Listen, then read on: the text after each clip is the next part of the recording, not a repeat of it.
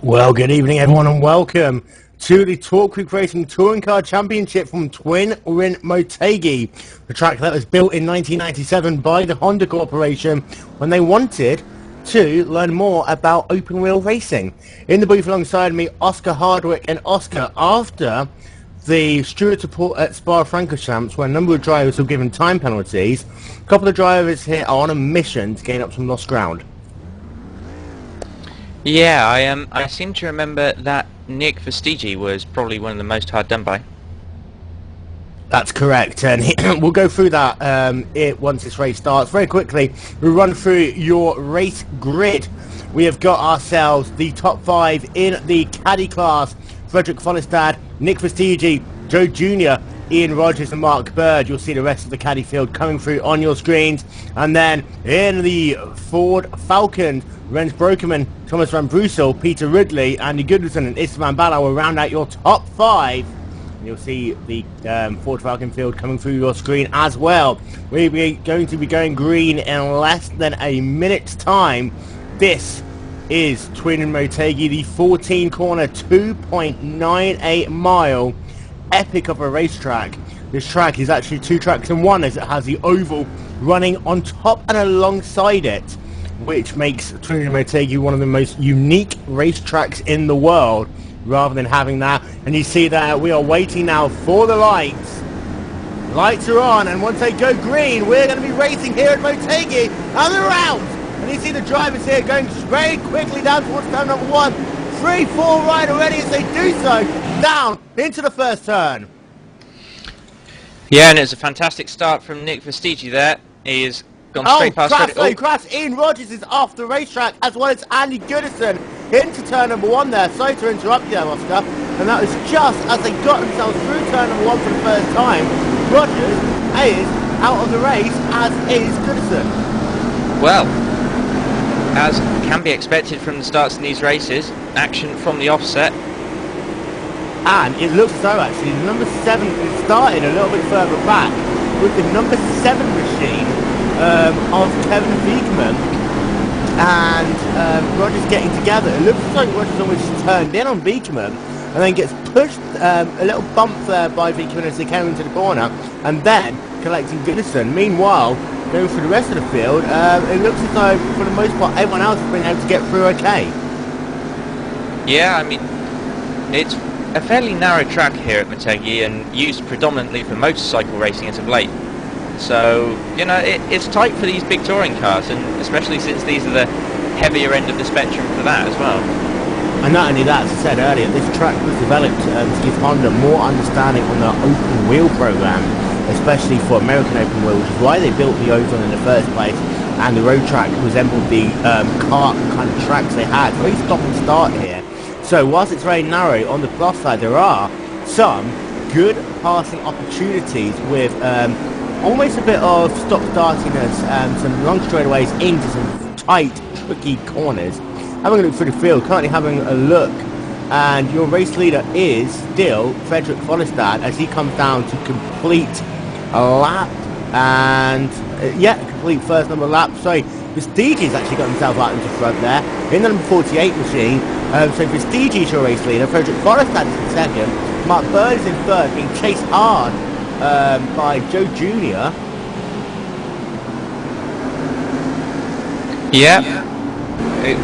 But it seems like there's a few packs emerging, and qualifying showed that might be the case as well, with little clusters of people in the same time bracket. I think at the front though, Nick Vestigi's just on borrowed time. I mean, Frederick Follestad had almost a second on everybody in qualifying, so it's not a case of if they battle, it's when. But we say that, but qualifying is one thing, racing is another. And in fact, Joe Jr. has got around Mark Bird. Mark Bird in the number 10 Talk Creek Racing machine, driving that sky blue and black TFR car. And Kevin Beekman is running out your top 5, but the top 4 drivers are really pulling away. You've got yourself Vestigi and Follestad out front by 3 seconds. And then Bird and Jr., they've got a 3-second gap to Beekman in the 5th position. And Simon Guymar is a further second back in the Ford Falcon field. Rens Brokerman is your race leader, with Thomas Van Brussel in second, Peter Ridley in third, Andy Goodison charging really hard in the number 15 machine, number 27 machine in fourth, Mr. Ballau is rounding out your top 5. Ballau is currently about 2 seconds behind Andy Goodison, who's sat in the 4th place. Yeah, the V8 field, well, minus the contact that was had in turn 1 with a couple of the Cadillacs, spreading out. There's a good battle for third, getting ready to keep Adam Terry, sorry, down to the inside of Simon Geimer. And Geimer's doing the crossover. So, Geimer will have a more opportune line in here, but just misses out there. And that's going to put him in another position down potentially. He's got Andy Kerstoff down on the outside of him. There's going to be a drag race down the start-finish line. And Kerstoff is tucked in. He got a good run off the corner. He can now try to dive to the right-hand side, as he's indeed doing so, to try and make a pass on Geimer. It's going to be very close coming to turn number 1. But Kerstoff there, double apex, so Kerstoff is going to be able to get the jump, and he pretty much got a drag race going on again, but he's now on the unopportune line coming into the next corner. And this is one of these things about this racetrack. You have the inside line, but if you cannot complete the pass and get yourself clear, the driver you started to overtake then has the opportune line coming in a couple of corners later. Yeah, every single corner seemingly double backs on itself, just within, I don't know, 400 or 500 metres of track. It's so difficult to get a pass done because there's not really an opportune line. You can make lots of things work here. So Andy Kerstoff, he'll put in the charge on Simon Geimer, and it looks as though he's starting to get slowed up a bit by that 75 machine.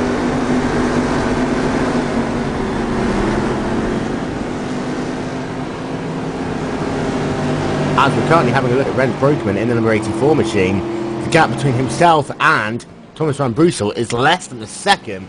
As they are walking through, so there's a crash ahead of them. They're going to be careful. Look out! And that is Nico Brandt involved, Roderick Cronin involved. Cars scattered everywhere on the track. Cronin and Tara Dalberg and Nico Brandt are involved there. All three of them are back onto the racetrack. That is just ahead of your V8 leaders. And it looks as though Nico Brandt, he got a bit squirty coming into the corner. You see him locking up the brakes. He then turns left and catches Tara Dalberg. And in turn, as he gets spun around, he takes out Roderick Cronin in the number 25 machine. Yeah, all sounds very interesting. I apologise for here, I can't say very much on the racing. A little technical issue. Just having a look back, it looks as though Cronin, they're all three drivers are carrying on. Cronin, sorry, has come down to pit lane, got himself some damage to the right-hand side of his steel machine. You've also got Simon Hill down the pit road in number 46. He's had a bit of a bang on the racetrack as well. We're currently working lap number 4, but that doesn't matter because this is, of course, a timed race of which we are 8 minutes into. Vestigi is still your race leader. Follestad right behind him in the number 12 machine. Joe Jr. in 3rd in the Caddy class, with Mark Bird in 4th and Kevin Beekmans in 5th. Mark Bird is still within a second of Joe Jr., so even though that number 19 machine managed to get past him, it looks as though that has been turned back around. And now Bird is applying pressure to Joe Jr. He goes a bit wide there, and that is going to allow Bird to catch right up to him. But thankfully, Junior did it at a point where you cannot overtake you on this racetrack.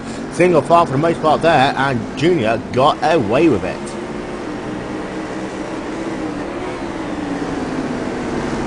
Just to give you an update on your retirees, Ian Rogers is out of the race, as is Richard Soboleski. So 2 drivers currently scored as retired. We've got drivers down in pit lane as well, including Simon Hill, Roderick Cronin. So Cronin is getting a number of repairs to his race car. He is going to be way down in the field, and remembering the Top Grip Racing rules, he has to complete half distance to be eligible for any form of championship point. So for him, looks like he's trying to get his race car into a position where it's at least drivable. Just go out, turn some laps, and get himself back into a point-scoring position. I'll tell you what's happened recently as well.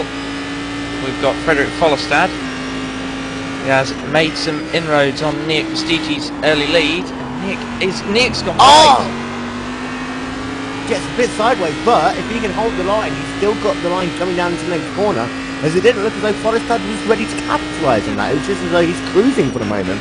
Because, I mean, if he was really charging, he really would have been able to just try and dive down on the outside limb of that corner to set himself up into turn at number 3. Looks as though, but he's just hanging back for a moment. Perhaps he's trying to save his tyres towards the last 5 minutes of this run, hoping that he can push Vestigi either into mistake or into using his tyres too much. I've got Mark Bird looking to the outside of Joe Jr. here, and maybe look back under? No, he's just going to stay a bit too wide to do anything about it. And that's the thing that is important about this racetrack. He talks about how the track double backs on itself. So at one moment you're on the opportunity line, the next you're not.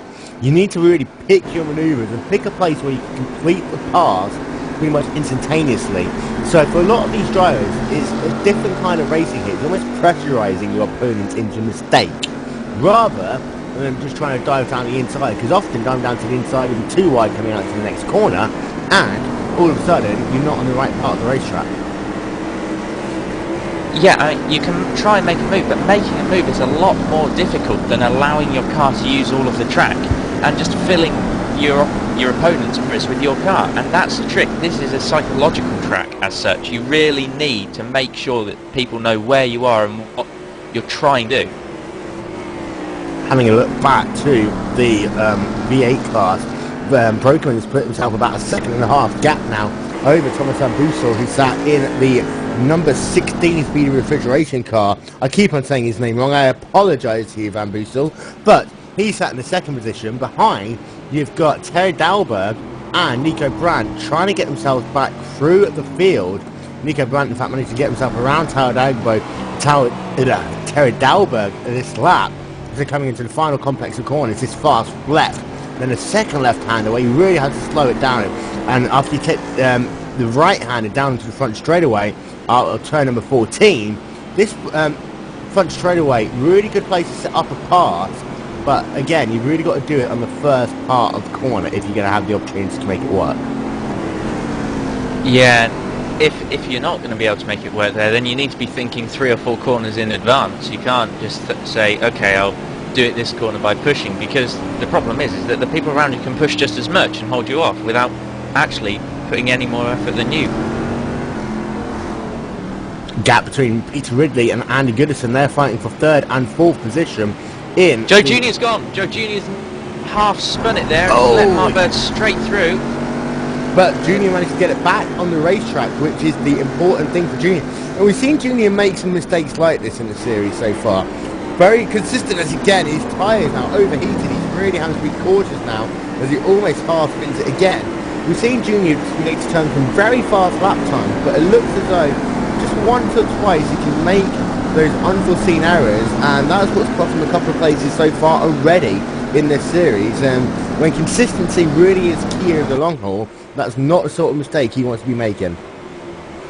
It's not, and he's gonna have to wait probably until that point next lap to have his tyres anywhere useful. So this is almost definitely going to let Vikermans and Terry latch onto him, and then, as we've said already, this track where you're pressurised as soon as there's someone behind you, I doubt that Joe Junior will be able to pull away again, but we'll see how that goes.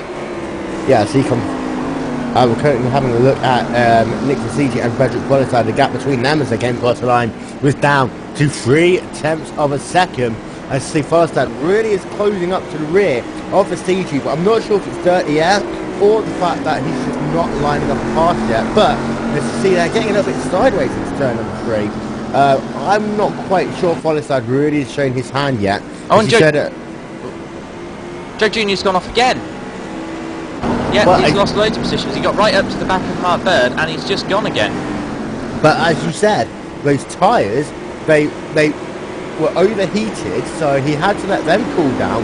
But it looks like he was pushing, so he would try and hold back Vikermans and Terry. Maybe he just pushed it a little bit too much, too early.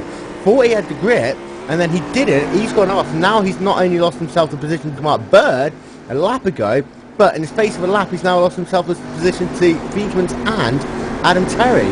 So I think Mark Bird must have made a mistake. He's lost time all around, so maybe he just showed an opening to Joe Junior, and as he went for it, all of a sudden those tyres go, sorry, not today, and he's gone and put it in the gravel again. Yeah, so now we have ourselves pretty much a 4-car train separated by 3 seconds on the racetrack, led by Mark Bird in the number 10 TFR machine with Vikermans in. Oh, sorry, they're almost side by side there. They are side by side as they come down the back straight away, and that is Terry trying to work over Kevin Vikermans. Sorry to pull away, Robert Burton's spinning around and hitting walls. So Robert Burton there in the Team Shark number 5 machine is having a bit of an off-track moment, as meanwhile Adam Terry getting very close now to the rear of Kevin Vikermans. I think he can sense himself an easy top 5 now. Frederick Follestad looking to the inside of Nick Prestige into turn 1. As they do so, it looks like he is going to try and get the fast up. If he can just do it by the end of this apex, he will get the line. Drag race now down into turn number 3. And Follestad now, as we talked about, on the unopportune line, Prestige, if he can just hit his braking point right, will keep that race lead. But Follestad not giving it up easy, but eventually has to yield the corner. And Prestige dodged the bullet there. He definitely did. I mean, Prestige even made a mistake in the middle of turn 1, locked up the tyres it looked like, so lucky to get away with that one. Frederick Follestad obviously on a charge and just waiting for that opportunity to present itself a bit more readily. So that was the first of Follestad's little peeks to the inside there. Almost managed to get it to happen, but if you try and set up a move into turn 1 and 2, we've talked about this already, you need to complete that pass before you get on to that short straightaway between turns number 2 and 3. Prestigi's just on sideways. That's opened up the door for Follestad. Now surely. he can have the chance. Now he's got the chance. And in fact, oh no, he spins it himself. And Follestad will get the lead there, but was inches away from getting that car turned 180 degrees. So they come down to the next corner. Will Prestige try and make a move back? Not this time. So move Frederick Follestad up into the race lead. Nick Prestige moves him down into the 2nd position. And behind, Mark Bird is still riding in the 3rd spot, and Beekman is still under a ton of pressure from Adam Terry with Joe Jr. trying to close that gap back down, currently in 6th. What a fantastic bit of racing for a few corners there from those top 2, just each making mistakes and having to feed off of each other.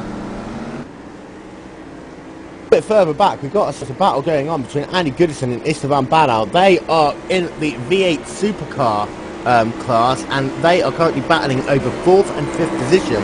Badal's last lap 1 minute 59.925, and Andy Goodison for 2 minute 2.888. That is what allowed Goodison to come right back into the clutches of Esteban Badal, who is such a charger. And Beekman's made a mistake and lost position. Joe Jr.'s alongside him now. And it looks like Junior has just going to be able to complete the pass there, coming out into turn number 3. Easily done there in a TFR car. And they are sorting themselves out. Can Joe Jr. now put the pressure back onto Adam Terry to try and regain a bit more of that ground? For those of you just joining us, he was sat in the 3rd position for a number of laps after overtaking Mark Bird early on. And now he's dropped back down to the 6th position, and he's working his way back through the field.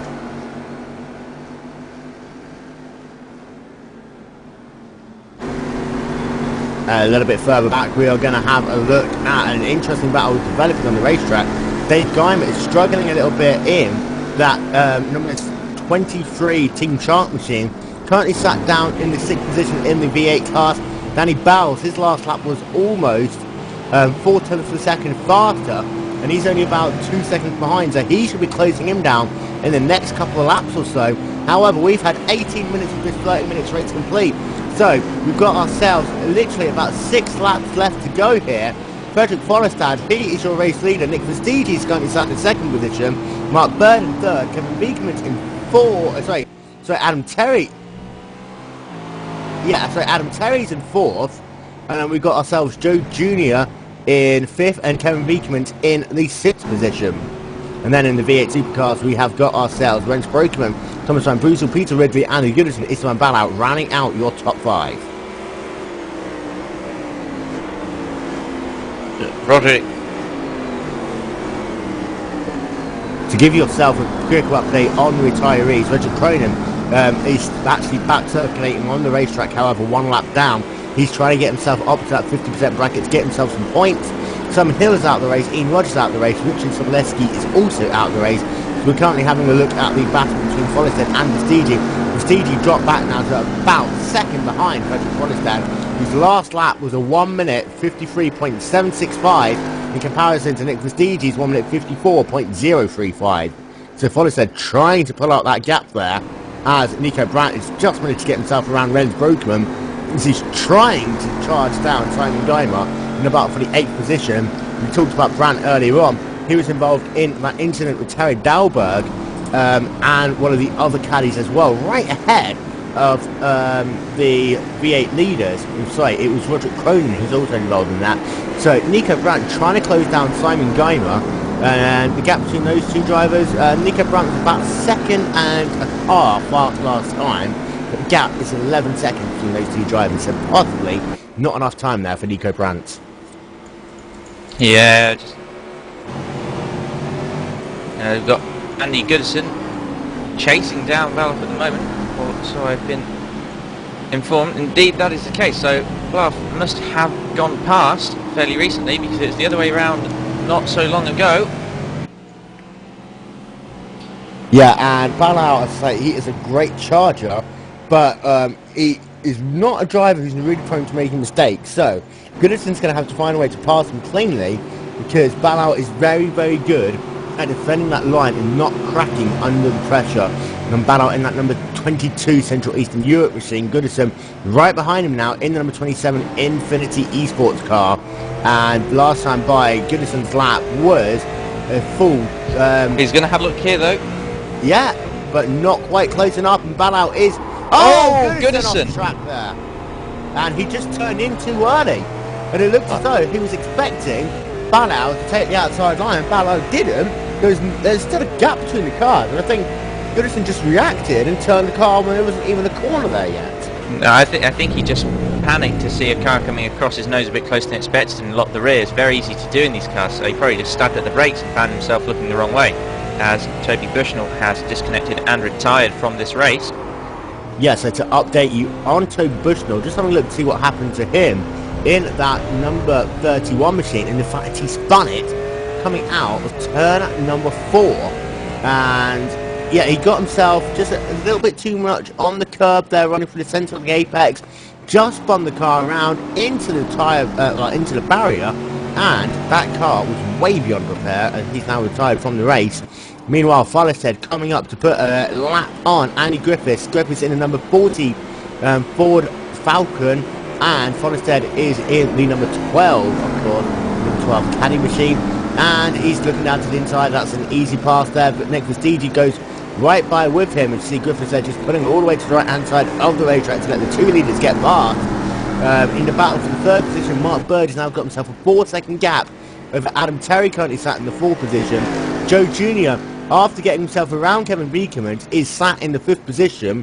He's got himself 2 seconds gap to Adam Terry, but is half a second ahead only of Kevin Beekman, who's charging hard.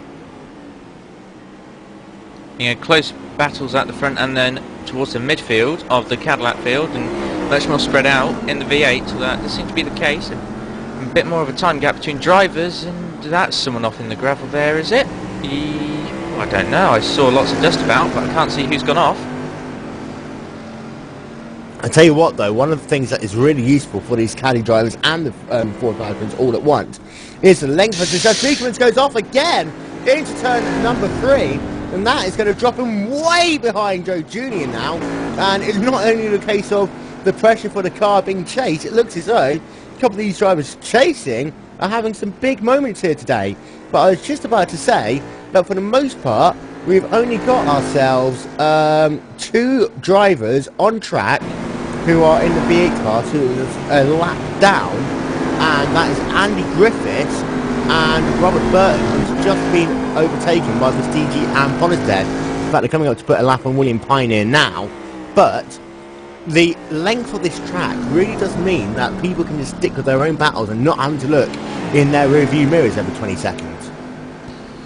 Yeah, I mean, it's not that the times are particularly close at all, but the lap being a bit longer and the track, shall we say, less demanding than Spa was, means that people are just not having to lap half as often as they have been earlier on in this series. So we have got ourselves now just over 7 minutes to go in the Talk Creek Racing Touring Car Championship here at Twinwood Motegi. Your race leader is Frederick Follestad in the number 12 machine there, with Nick Vestigi in 2nd, Mark Bird in 3rd, and Terry in 4th. Joe Jr. rounding out your top 5 in the V8 class. When Brokeman is in 1st, Thomas Van Brussel 2nd, Peter Ridley, Istvan Baloff, and Andy Goodison rounding out your top 5. It's become a little bit subdued now, unless you've got drivers really pushing to try and make a pass. It looks like everyone's kind of settled down into their rhythm. There are no pit stops come into play here. That means that drivers really are now just managing their car to the end of this race. Yeah, Robert Burton just leaving the track again. Looks like he's got some rear end damage, not helping him around the track at the moment. Yeah, and it really, even though these cars, you know, haven't got big wings or anything really that significant, getting yourself some bodywork damage, that is really where they mould the car to try and get as much aerodynamic grip as possible. And if you start bending that out of shape, not only affecting that but the suspension underneath as well, it really does make these cars really difficult to turn, and it looks like he's having a difficult time at the moment. Indeed, and another thing is with the V8 supercar, it's recently had a number of rear wing settings introduced, so it's something that you can fiddle with on the car. Presumably it can be fiddled with by driving it into the barrier as well. I tell you what, I have tried that once in another car and it didn't work, because you can never drive perfectly in to do it all the way across the wing. Don't forget, next week the Talk Week Racing Touring Car Championship will be coming to you from Sebring International Raceway. Same time, same place here on Glacier And Joe TV. Jr. is getting a move put on him by Kevin Viekemans. And we talked about how Viekemans is on the charge this time. Oh, and he spun it again!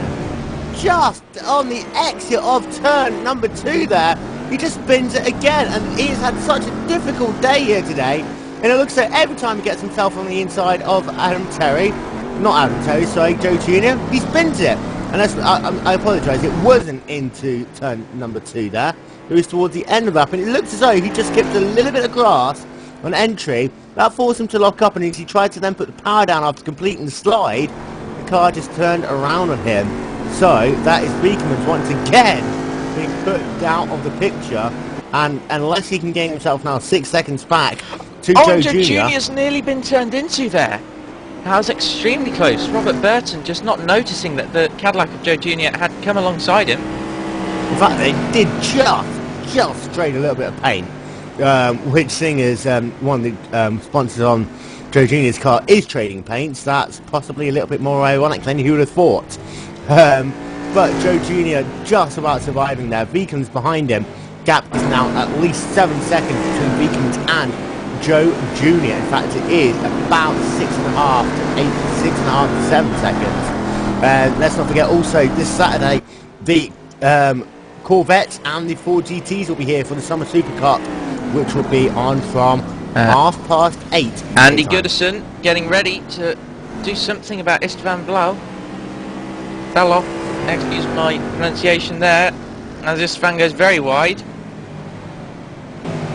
Yeah, and Istvan, it looks as though Istvan is struggling a little bit with those tyres at the moment, but Goodison isn't quite close enough to make the pass. Their last laps, Goodison was about 0.3 of a second faster, but all Ballard has to do is literally keep himself on the racetrack for, yeah, it's going to be another 2 laps as Follestad there, just going past the flag, so we have got ourselves 2 laps to go. Always interesting to see where these drivers come past the start-finish line, as we had on Saturday in the Summer Super Cup, a moment where Vestigia was just so far ahead of everyone that he ended up being able to do another lap, and a couple of drivers having to coast it back down to pit lane at the end of the race. But Follestad, your race leader, Vestigia second, Bird third, Terry fourth, Junior fifth, then Brokemans, Busel, Ridley, Ballard and Goodison, your top 5 in the V8 class. And sorry, I have to take that completely back. It was the Corvette battle. It was the Corvette. It was Tapani Laniotto in the Corvette, not Nick Vestigia. Tapani, who decided to lead by about 1.5 minutes at that point in the race. Yes, that's the one. So, we'll look at Adam Terry, Mark Bird. Terry's really just been sat in that position about a second and a bit behind Mark Bird for the last couple of laps now. Not really putting any pressure on him. Bird's last lap, 1 minute 54.3. Adam Terry's last lap, 1 minute 53.5. So he is closing, but it's not consistently closing. And it looks like Bird's going to have to get himself around in traffic over these last couple of laps, which is going to make things a little bit more interesting. He's going to have to get himself past Andrew Streetley and possibly Christian Nielsen as well. But still, we've got ourselves 7 drivers of the V8 on the lead lap, so good driving by these drivers, and we still only got ourselves 4 retirements. Yeah, so not really a bad set of statistics there in terms of the closeness and indeed the cleanness and, you know, quality of the racing that we've had here at Motegi this round out. As Mark Bird got a bit close to a V8 supercar just then, and that's let Adam Terry get right up to him. So battle commences for third position. Down the front straightaway, and let's not forget, this is the white flag lap. We have got ourselves one more lap to go here at Twin Ring Motegi.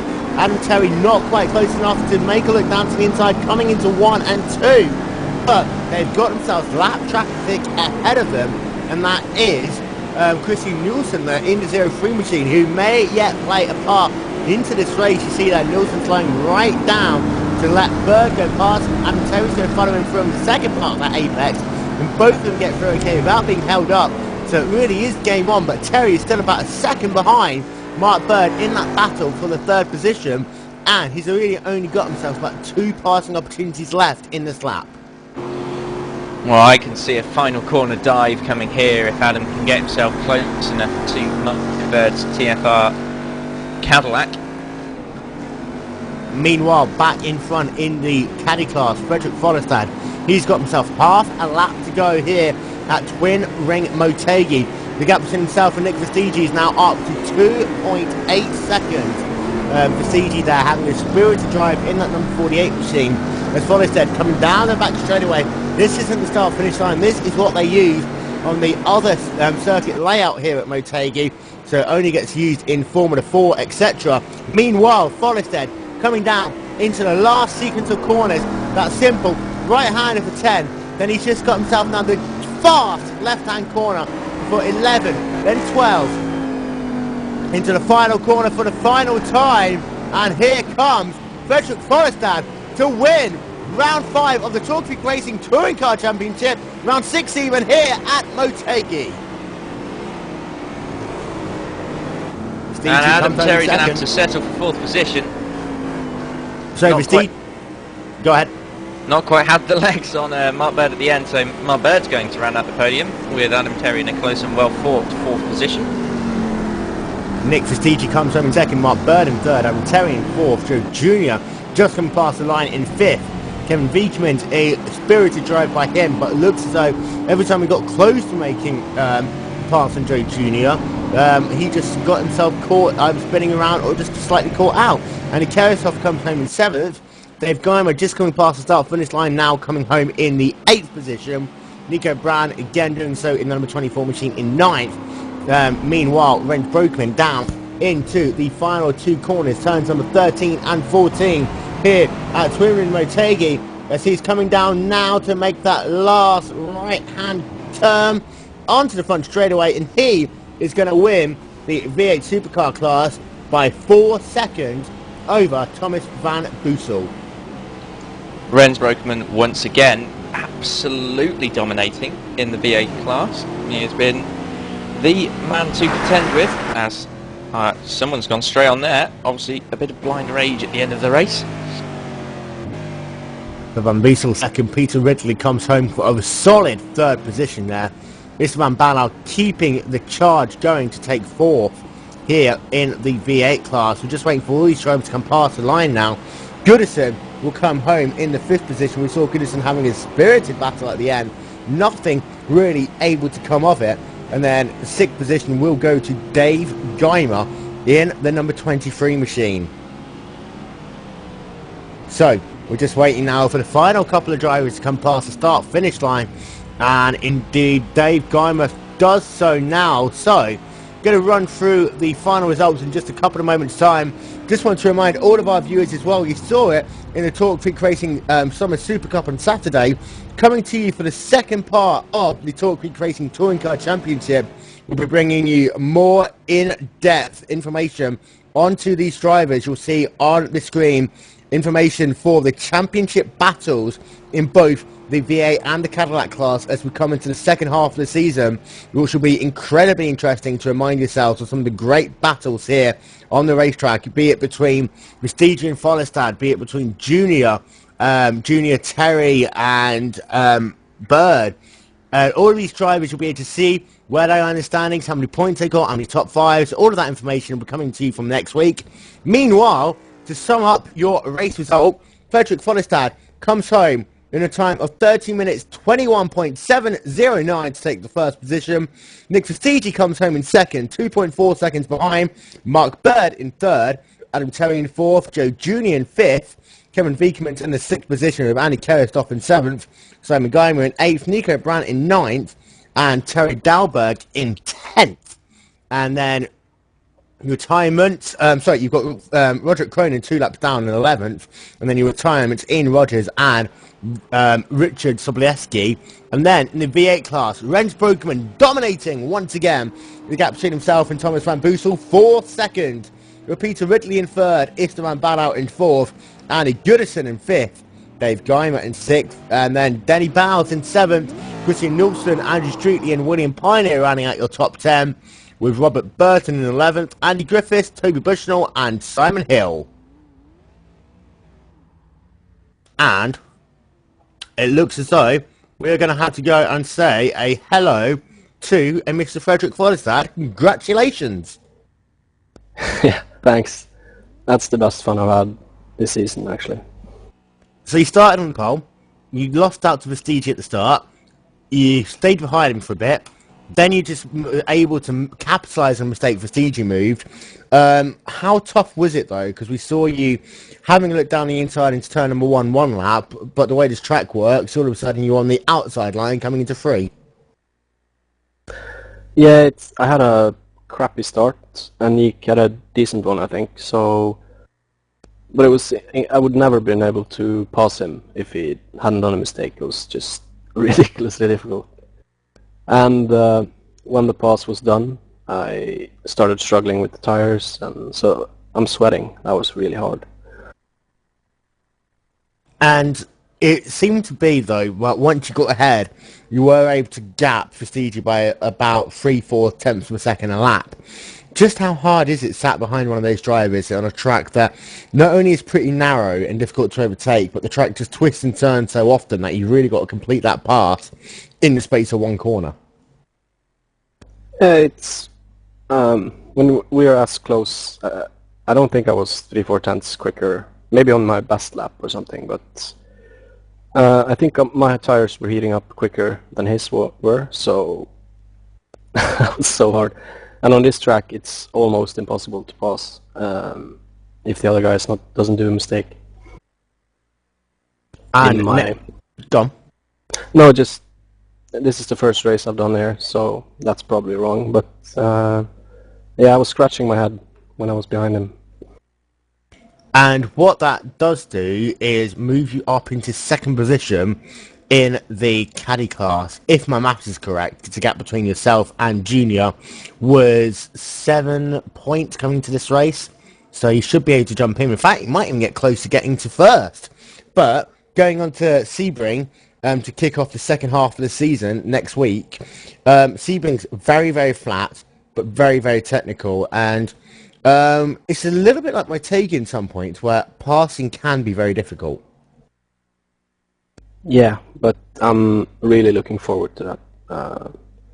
I know many people think it's a boring track, but I've always liked it, and I can't explain why. I just like it a lot. Turn 1 is going to be awesome in these cars. Really hard. Yeah.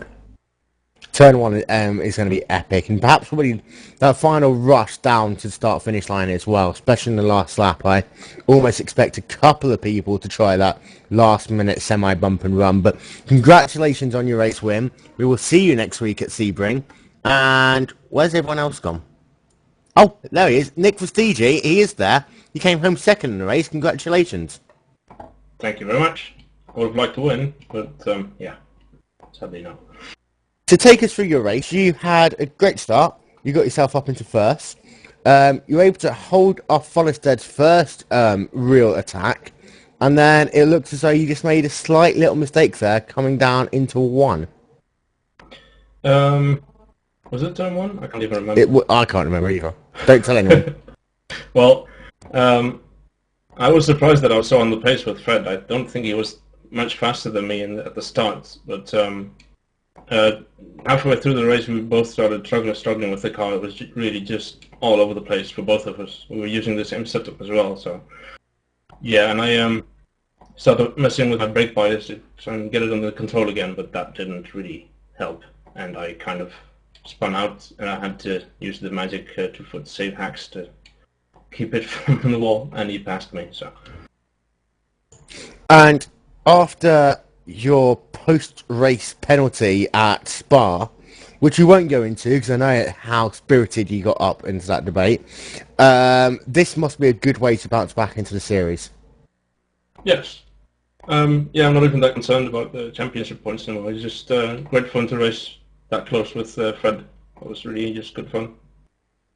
And then next week we'll be heading off to start the second half of this season at Sebring. And Sebring is always been a favourite of many, but it is a challenge that very few can actually master.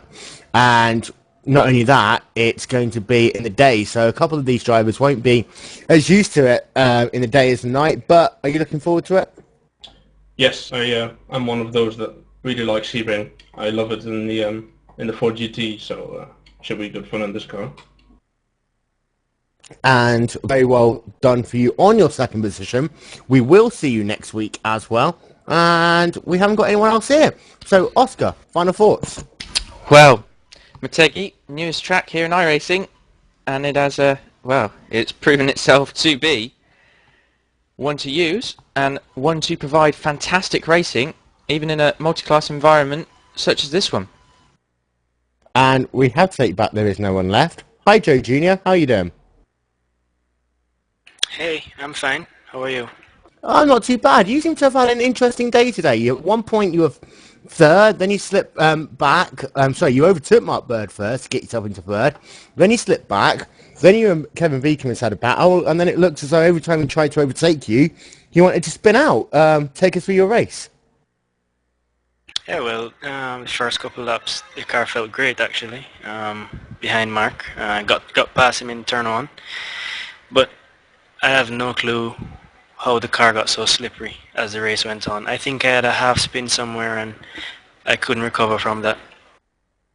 Yeah, it did look as though you kind of semi-lost it coming, I believe, into turn number 6. And you managed to recover that, and then it just looked as though the lap later, the tyres hadn't cooled down enough, and it put you way back in the field, but you managed to get yourself around Viekemans after he made a mistake. Could you realistically have closed back down Terry and Bird had you not had a couple more wars? Yeah, I think so. When they were like 3 seconds ahead, if I had good enough tires, even a little bit better, I could have caught them back, but that wasn't going to happen for some reason. And once, what was it? Oh, Mark Bird, yeah. He came over on me and kind of scared me, and I ran off the track, so that was a little weird as well.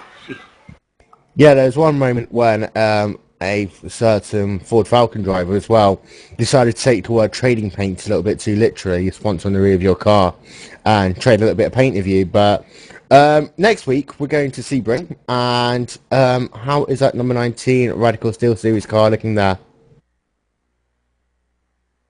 Oh well, I've never loved Sebring, so it's gonna be tough for me, but I'll do it just as well.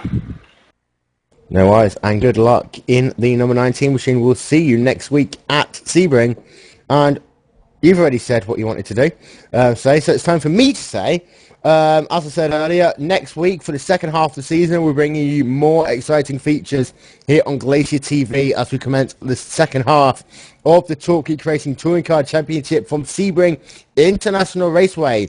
Now, coming up this Saturday, we have ourselves the Talk Geek Racing Touring Car Championship once again from Turner in Motegi, and then on Sunday, the Afterburn IndyCar Series goes to the Oval.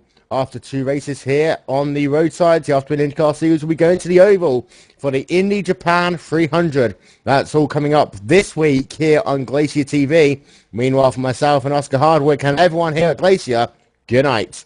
Goodbye. Bye.